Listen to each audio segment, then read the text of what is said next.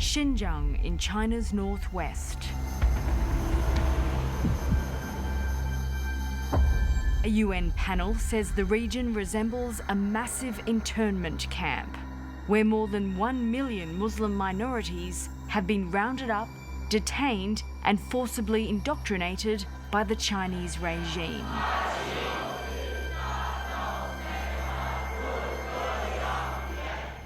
All of us, many of us will cry when we're alone. We decided to talk about it, just tell the world, tell everyone what happened, what's happening now. Australian citizens and permanent residents have been targeted and jailed here. Others are still trapped under constant surveillance, their passports seized. Every single people overseas lost someone in their family, and I am the one of the victim. Witness accounts, satellite imagery, and Communist Party documents reveal what appears to be the largest imprisonment of people on the basis of religion since the Holocaust. This is an act of cultural genocide and one of the worst human rights abuses of our time. I'm quite used to uncovering dirty secrets of the Chinese government, but when I realized the magnitude and the impact, the implications of what I found, it was really something else.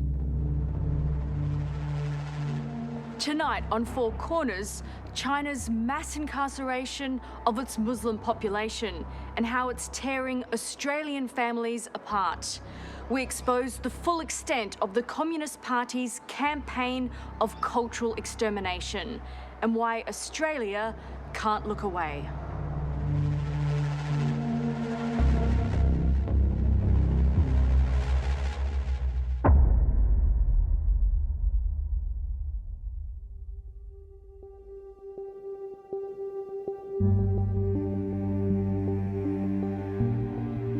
All around Australia, members of the Uyghur community are missing someone. Everyone has a family member detained, incarcerated, or trapped in Xinjiang. Many have stayed quiet out of fear for their relatives. But now, in desperation, they are coming forward to tell their story. My older brother, younger brothers and 2 younger sisters, 5 siblings were all taken by the Chinese government. Masked police, heavily armored special force police raided their home and taken them by covering their face and shackling them in front of the kids. They took my father and other brother and they detained them to the internment camps. As a father, as a husband, most important thing is your wife and your kids, and they're not with me.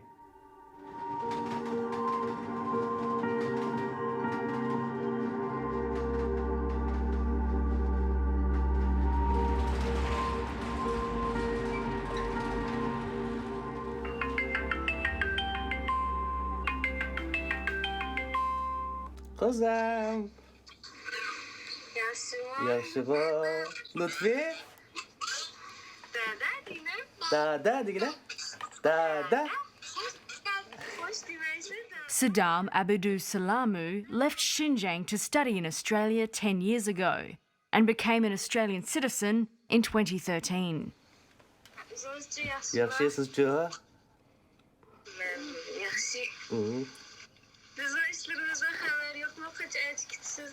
Az kaldı. He has never met his son, Lutfi, who is almost 2 years old. The toddler is trapped in Xinjiang with Saddam's wife, Nadilla. Жыгылма коза.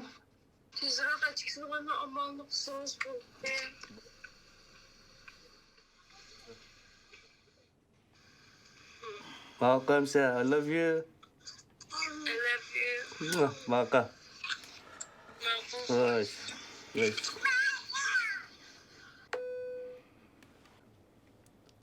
All I want is live a normal life like Australia. Stay with my son, stay with my wife. That's all I want. Why does it be so hard to bring my wife and my son here?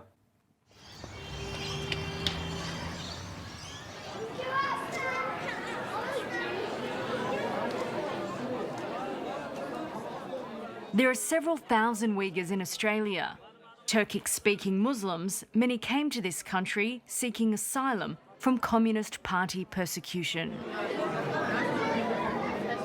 أشهد أن محمدًا رسول الله. Free to practice their religion here, in Xinjiang, the Chinese government has effectively outlawed Islam. Can't pray, can't fast, need to speak Chinese in the school. The government come to that ridiculous point where actually they're controlling the way we look. Men not allowed to have a beard, and a female not allowed to have scarf, even long dress.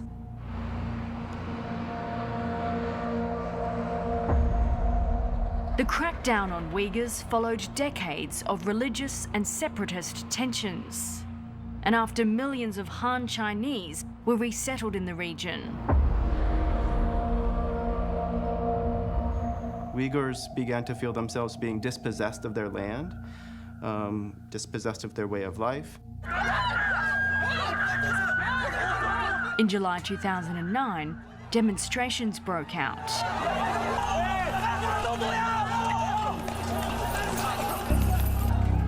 Nearly 200 people were killed, with reports that over 1,000 Uyghurs were arrested.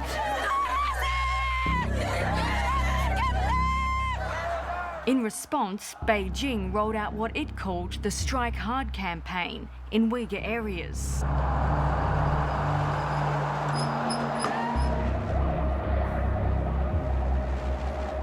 What it began to do was really systematically step up its police presence as well as its party infrastructure in Xinjiang to begin to surveil the Uyghur population. And so some of them struck back in really horrific ways. There was a suicide car bombing in Tiananmen in Beijing. There was this attack on a train station in Kunming that left, over 20 innocent train travelers massacred quite brutally. That's really when the rhetoric of terrorism really took off as something you could use to label Uyghurs as a group, that they're all potentially terrorists, and so using any means necessary is justified.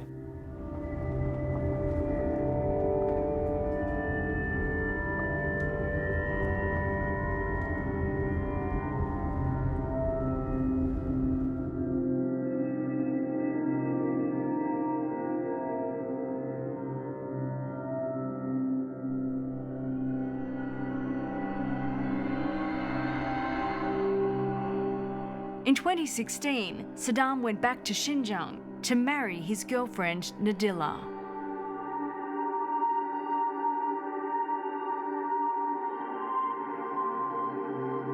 After their honeymoon to America and Turkey, Nadilla became pregnant.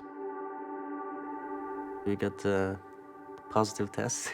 She's pregnant, and that's another best happiness moment for me. I'm nervous actually, I'm gonna be dead, I'm gonna have a son, I'm gonna have a baby, I was nervous and happy. Saddam came back to Australia in early 2017 for work, while Nadilla waited in Xinjiang for her spouse visa to be approved. When Beijing suddenly launched its brutal new campaign. Suddenly, she called me, our government started taking people's passport. Xinjiang essentially became the world's largest open-air prison, with tight travel restrictions placed on Uyghurs and other Muslim minorities. 11 million Uyghurs were now a target. The first reports of citizens being rounded up and detained in camps started trickling through. In the community, we heard stories of people's direct messages of their family members were taken. Everyone was panicking. Everyone was trying to find out whether their family members were safe or not. We start to hear everyone's family being detained, like ordinary people, average people, their family members being detained. And then I realized something is going on. Uyghurs who had visited Muslim countries or had lived overseas were among the first targeted. Whoever went to the Turkey, Saudi Arabia, or any Muslim country, they're putting in the people to the jail or concentration camp. People started to literally disappear. You know, communities were being emptied of adult men and women.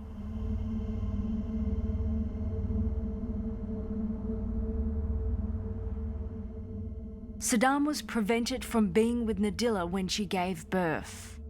The Chinese consulate in Sydney refused to give him a visa. I wasn't there when he born. I imagine how hard for Nadilla to having a baby by herself. I wasn't staying next to her, so it was so hard. Not long after Lutfi was born, Saddam received terrible news. Security forces had arrived at Nadilla's family home. I was on the train to the work, and then I get a message from my wife's friends saying, "Oh, your wife's been taken." I just quietly crying in the train, you know, like even the people in train asking me what's happening, and I can't tell them that the Chinese government took her, and I don't know where. Dada, I love you. Dada, I love you. Dada, I love you. After 2 weeks, Saddam heard that his wife had been released. But Nadilla remains trapped in Xinjiang with baby Lutfi, forbidden from travelling and living in fear of rearrest. She's scared. She's always hoping, please let me out from here. He's getting older and older. Like, every day passing, he doesn't know he's dead.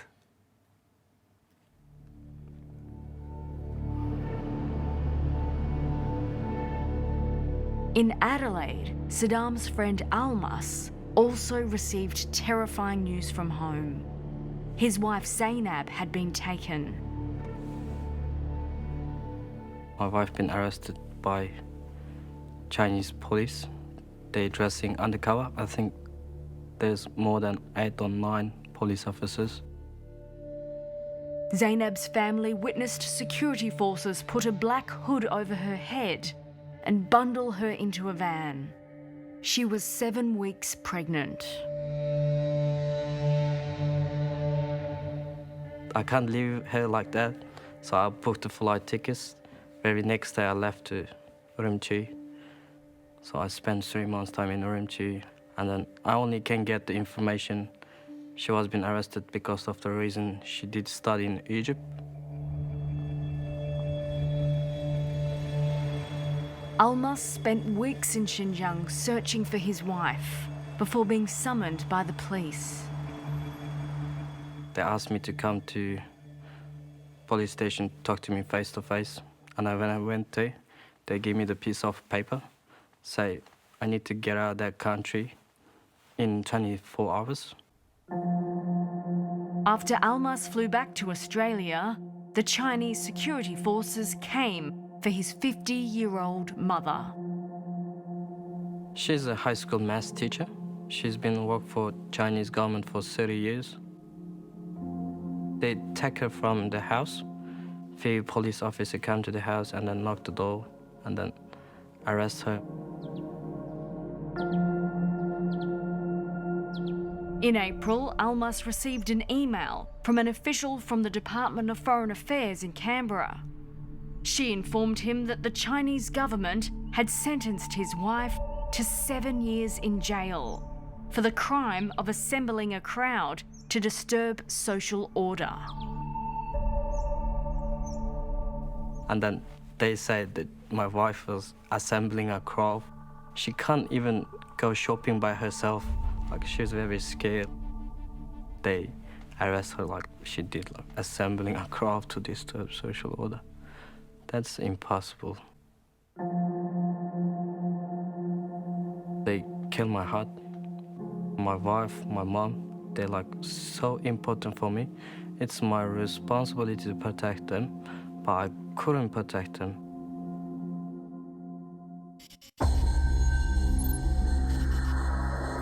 At first, China tried to deny these camps existed. But using satellite imagery, a team of researchers and scholars across the globe have uncovered the evidence.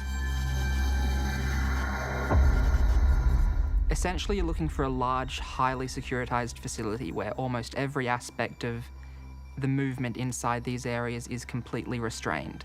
You're looking for walls surrounding the whole facility with watchtowers on the edges of it. And specifically, you're looking for internal fencing, barbed wire, 3-meter high fencing. The scale of the mass internment program is chilling. Researchers have now identified and mapped nearly 100 suspected re-education camps and detention facilities across Xinjiang. It's basically clear that a huge percentage of the middle age range, especially Uyghurs aged between 18 and 45 years, a very large percentage of them are in some form of internment or prison. Using regime documents that academics tracked down online, the full detail of what China is doing to its Muslim citizens is being revealed. For example, budget reports, government reports, work reports, then also procurement bids, construction bids that were also very detailed, that said we need a re-education camp built in this area and it needs to be this big and needs to have surrounding walls, barbed wire, towers, surveillance equipment, cameras, and so on and so forth. They were buying police batons, tasers, different instruments that could be used in torture, like cattle prods, stun guns, pepper spray, all these sort of things that you would find in a prison setting. This footage, filmed secretly by human rights activists, shows the inside of these camps. Cells fitted with double iron doors, keypad locks and cameras, walls covered with slogans praising Chinese President Xi Jinping. And in the classrooms, teachers separated from students by railings and wire.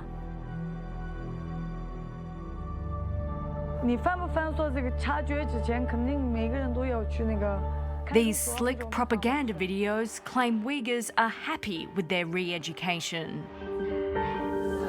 如果我们不及时挽救，上了坏人的当，抛弃那么好的国家。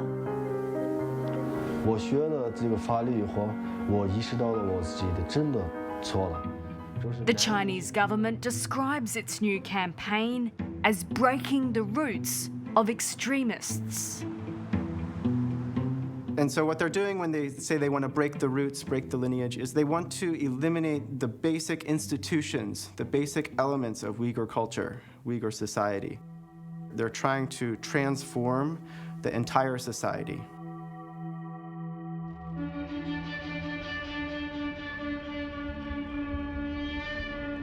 "37-year-old Melbourne plasterer Hayrullah Mai is one of 3 Australian citizens who have been jailed in Xinjiang. He's speaking out for the first time. It's a bit hard to explain in my feeling at that time. Yeah, never been happened like that before in my life. In August 2017, while travelling on his Australian passport, Hayrullah was questioned and then detained at China's Chengdu airport. When I go to the detention center in Chengdu, they put chain on my ankle, put on the handcuff on my hand. So I just be shocked because I don't know what's the reason why they should to do this to me. Hayrullah wasn't allowed to call the Australian embassy or his family. Security forces marched him onto a plane and flew him to Xinjiang. He says he was brought here to this detention centre near Urumqi and put in a cell with around 40 other men.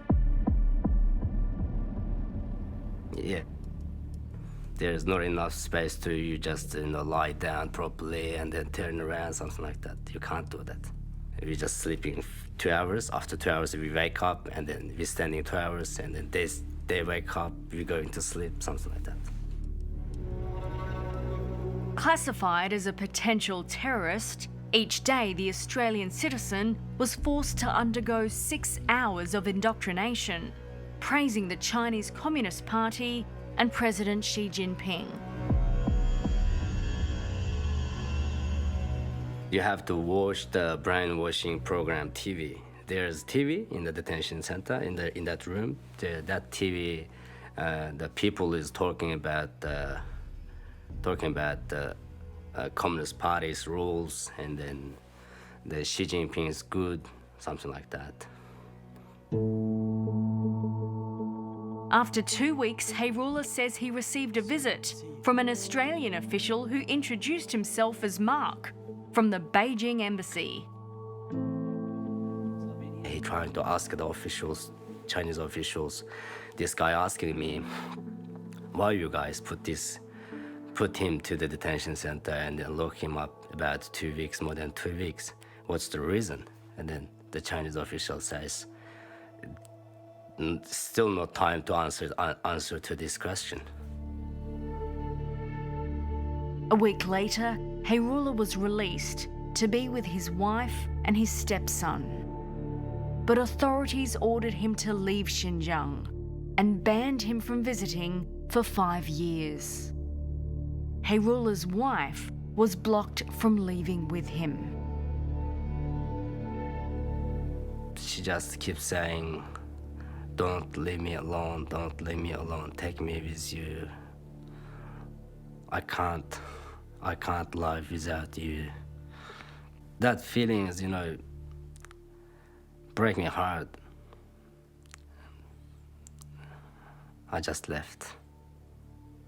Even I can't turn around and see her again, because from the far away, near the gate, I can see her just crying.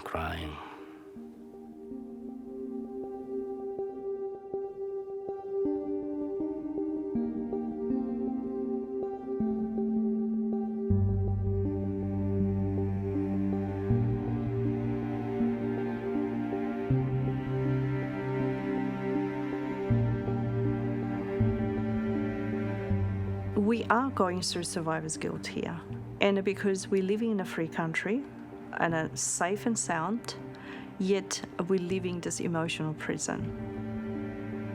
We are walking, but walking dead, almost. And that's how I can describe from our community's experience.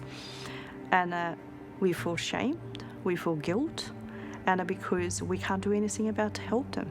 And we're doing what we can, but this is not good enough help to help them. Adam Turan's 80-year-old father was among those rounded up and put in the camps. He's been loyal to the Chinese government all his life. He's just average, ordinary Turkic-speaking Uyghurs. He never done anything against government. Adam's dad was detained for nearly a year. He was finally released last August, but died only weeks later. I couldn't call my mom or any of my family members, and I don't even know if my dad he had a funeral after his death. The last time Adam's mum answered the phone, she was at a police station, held for receiving calls from overseas. I used to call my mom like few days every week. She said, don't call me again because I can't pick up your phone anyway. So that was my last talk with my mom. And I miss that every week.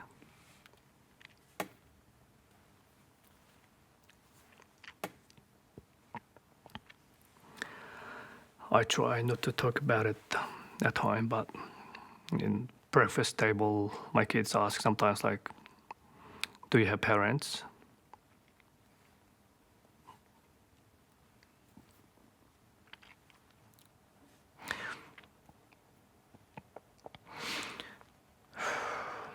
It's hard to explain them what's going on.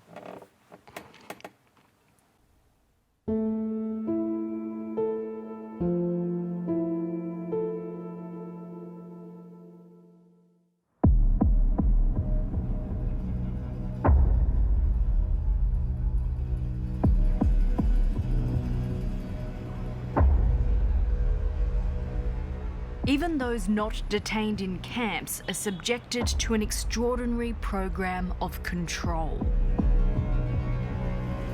Xinjiang has essentially become a huge lab to trial the latest surveillance technology using artificial intelligence. Every 200 meters there's checkpoints. They check your IDs. They will check your smartphone. They just put your phone and then they scan everything.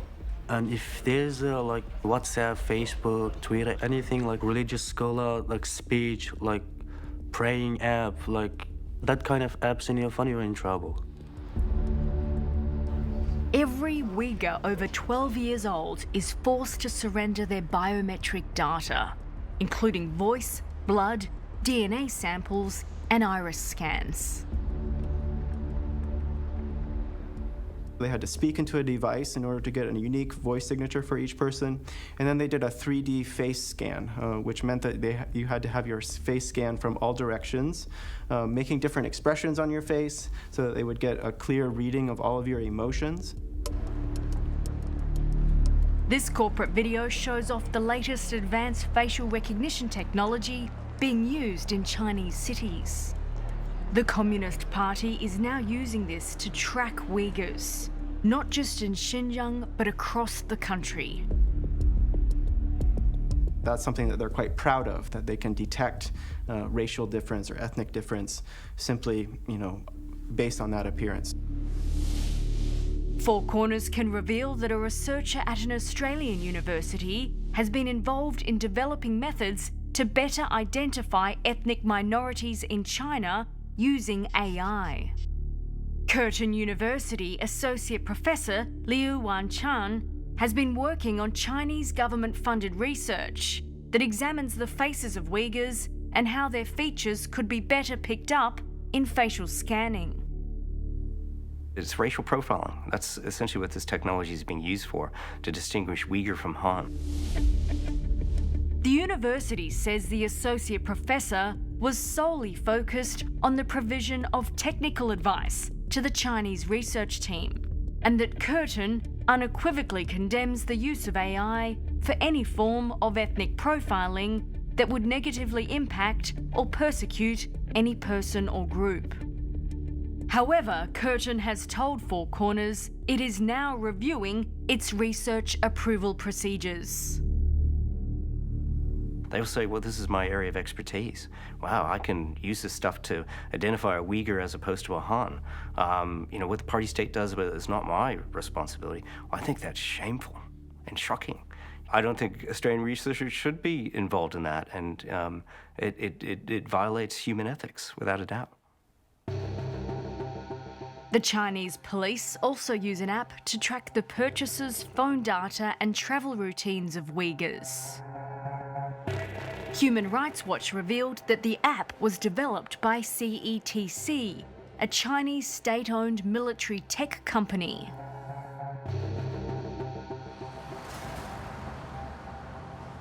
In 2017, the University of Technology in Sydney signed a $10 million deal with CETC to establish a research centre that included projects on AI and surveillance.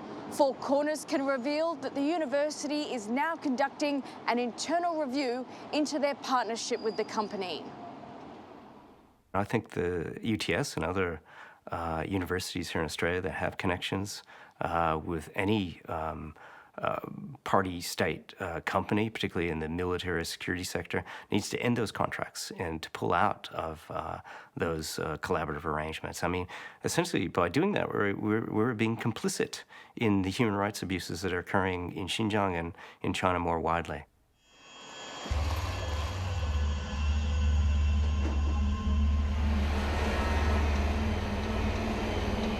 Uyghur culture is being systematically erased.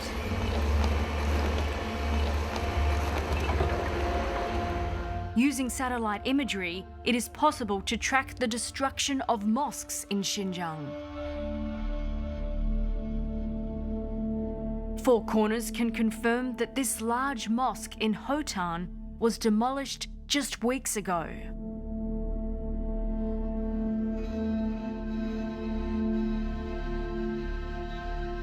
Large areas of traditional Uyghur housing have also been wiped out.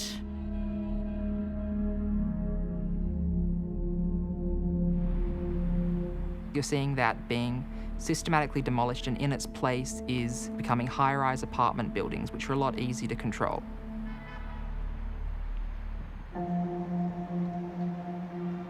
There are grave fears for the children of the 1 million Uyghurs believed to be held in camps.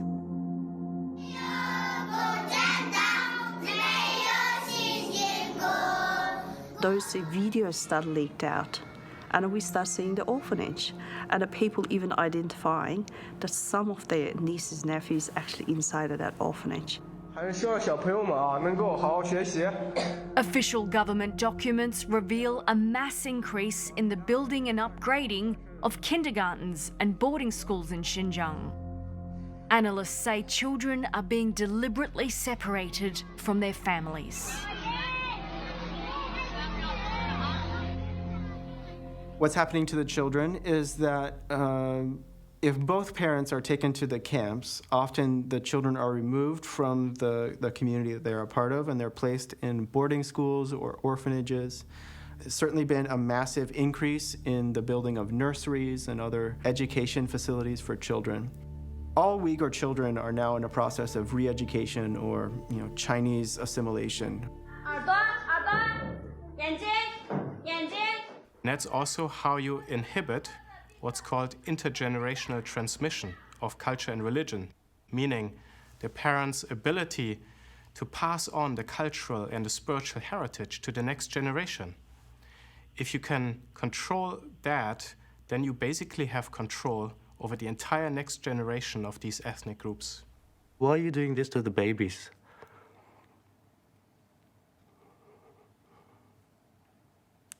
That's the thing that scares me all the time. What's gonna happen if I can't see my son again?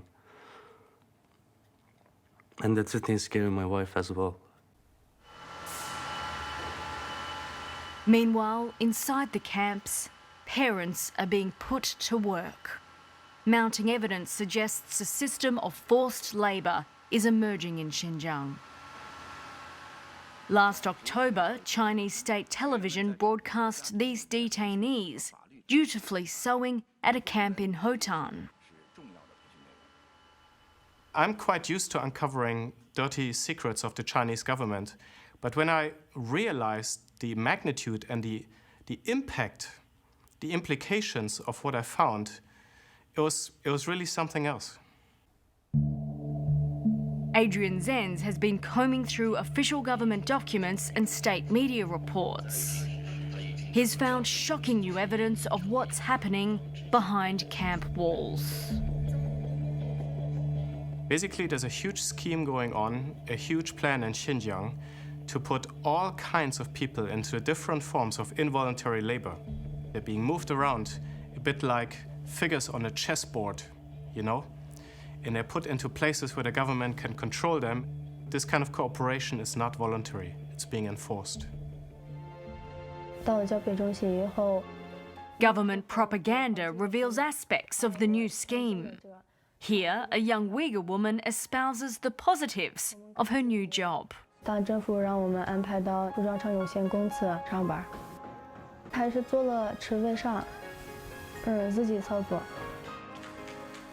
Documents show how detainee labour is being used to attract companies to set up shop in Xinjiang. For example, if a factory trains and then employs a camp detainee, they get 5,000 renminbi per worker over a course of 3 years. They also get intensive subsidies. For example, they can use a factory building for free for the first 2 years. The most sort of shocking or problematic aspect of this whole scheme in Xinjiang is that it's planned in such detail and enforced with such urgency. 把自己脑子里面所有的极端思想去掉以后，我就发现了全新的自我。 Those who are in the camps are supposed to get jobs, permanent factory jobs. The reason is that in these jobs, the government can control them. They can't just take off. They're all together. It's very easy to control people in these environments. They also can't take off on Friday to go to the mosque. They also can't fast. They cannot do basic religious practice. The sister of Melbourne resident Gulnur Idris is forced to work in one of these factories. Dilnur is a qualified nurse and mother of 2 children. In 2017, she and her husband were both arrested and sent to the camps. My sister is a nurse. She didn't know how to make the clothes. In May this year, Dilnur was transferred from the camp to work for a textile manufacturer. Using her employee ID card, we traced the company here to this technology park, 30 kilometres north of Urumqi. Dilnur told her sister she's only allowed home to see her children and parents once a week. Her husband is still missing. His husband still live or die? We don't know. What happened is a bad thing happened. I don't know anything.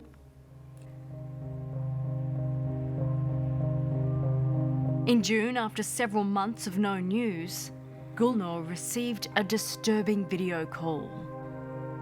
It was Dilnur. Terrified of being monitored, she scribbled out a series of notes, begging her sister in Melbourne to take the dangerous step of speaking out.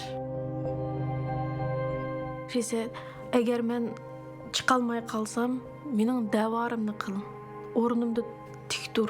Hergiz boşap kalma" degan xatni menga yezib kaynidan yezib chiqarib berdi. Men shuni ko'rdim. The notes described what she wanted Gulnur to tell the world. 660 people are brought in shackled and handcuffed, and it's big. They have no choice. If they say something, they will end up in jail. Şu kırım şu yerden kırıvatıdı, bir günahını işiltivatıdı.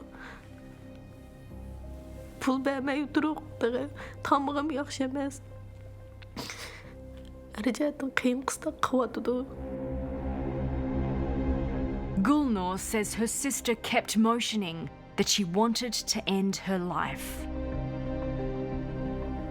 Ko'rinishda shunchalik bir besaramchilik, shunchalik bir xil yaxshi emas kayfiyatda. Mening degan gapim oqamni oqmamni uni bilmayman da albatta.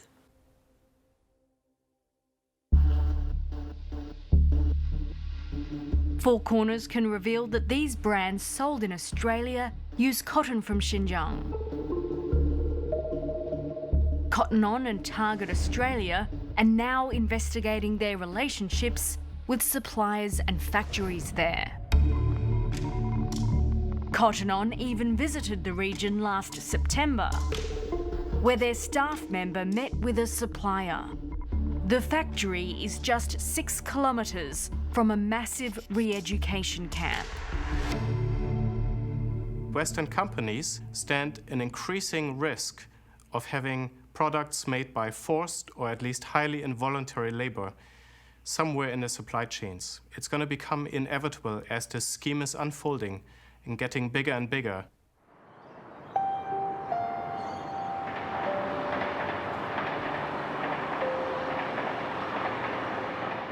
It has now been more than 2 years since Saddam has seen his wife Nadilla. Lutfi will turn 2 in August, and Saddam is desperate for him to be here for his birthday. I'm totally broke, actually, like financially, mentally, physically. I used to be a strong, big guy, but this thing just totally ruined my life.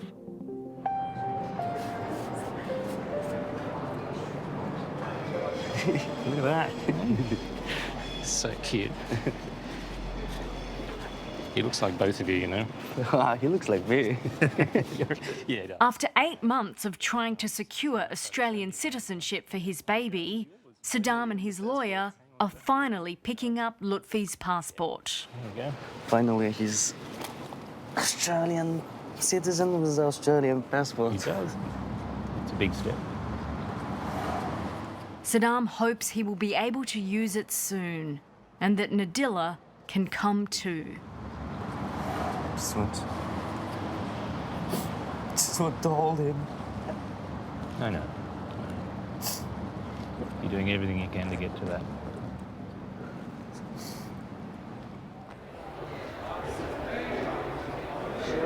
The Chinese ambassador made a rare public appearance 3 weeks ago at the Australia-China Business Council Networking Day at Parliament House. For many reasons that underlie China's magnificent achievements. The most fundamental one is the unswerving adherence to the leadership of the Chinese Communist Party. We tried to get answers from the ambassador about what they're doing to the Uyghurs. Why is the Communist Party doing this? No, it's a training and education center to help people who have affected by radical ideology to better integrate into the society. What's wrong with them? Why do they need reintegration? Well, this is to have to find the jobs, to have to make a better living. They have jobs. Was it just because they're Muslim? No.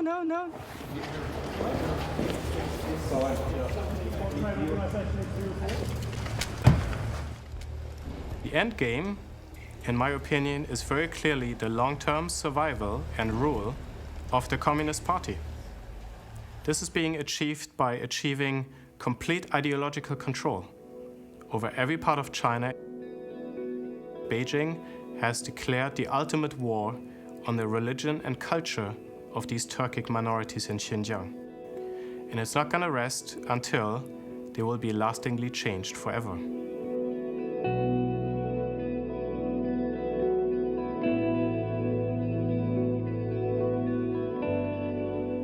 I think that's why they're doing it, to systematically assimilate us into Chinese society. I think they want us to eat like Chinese, or walk like Chinese, or live like Chinese, or die like Chinese.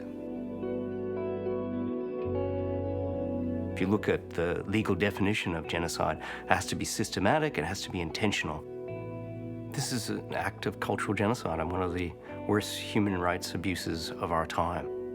So I'm asking government to help me to ask the Chinese government to release my mom, my wife, and bring them to me. Every day, every single hour. I can't even sleep on the night time. That's my life now. There's no any happiness. I can't enjoy from anything.